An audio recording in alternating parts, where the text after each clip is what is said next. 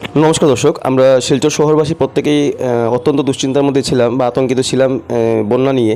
কারণ বিগত 2 বছর আগে আমরা সেই পরিস্থিতি মোকাবিলা করেছিলাম, যার জন্য এই ভয়, এই আতঙ্ক। কিন্তু দীর্ঘ 4 ঘন্টা বরাক নদীর জল স্থিতাবস্থায় থাকার পর এখন আমাদের জন্য একটু শান্তির খবর যে জল প্রতি ঘন্টায় 1 সেন্টিমিটার করে কমছে। যদিও ইতিমধ্যে শিলচর শহর সংলগ্ন নিচু যে অঞ্চলগুলো রয়েছে সেগুলা বন্যা কবলিত হয়ে রয়েছে। আর শিলচর যদি বলি আমি, দেখুন এই রাস্তাটা হচ্ছে আপনার মেঘালয় জাতীয় সড়ক 6 নম্বর জাতীয় সড়ক যেটি রয়েছে সেটি প্রচণ্ডভাবে ক্ষতিগ্রস্ত হয়েছে। সেই জাতীয় সড়কটি প্রচণ্ড বৃষ্টির ফলে রাস্তার এক সাইড ভেঙে চলে গেছে, যার জন্য ভারী যানবাহন চলাচল একদম নিষিদ্ধ করে দেওয়া হয়েছে। এখানে বন্ধ হয়ে গেছে বরাক উপত্যকার সঙ্গে ব্রহ্মপুত্র উপত্যকার সম্পূর্ণ যোগাযোগ ব্যবস্থা। কারণ ট্রেন লাইন বন্ধ রয়েছে।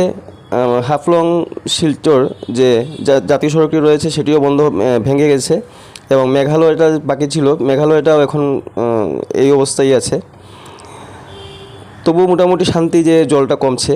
আর আমরা কালকে দেখেছিলাম ফাটকবাজার অঞ্চলে রাত্রে 11:30টার সময় আমি গেছিলাম, সেখানে 7টা থেকে সেখানে জল ঢুকেছিল, তারাপুরে দুপুর 2টা থেকে সেখানে জল ঢুকেছে।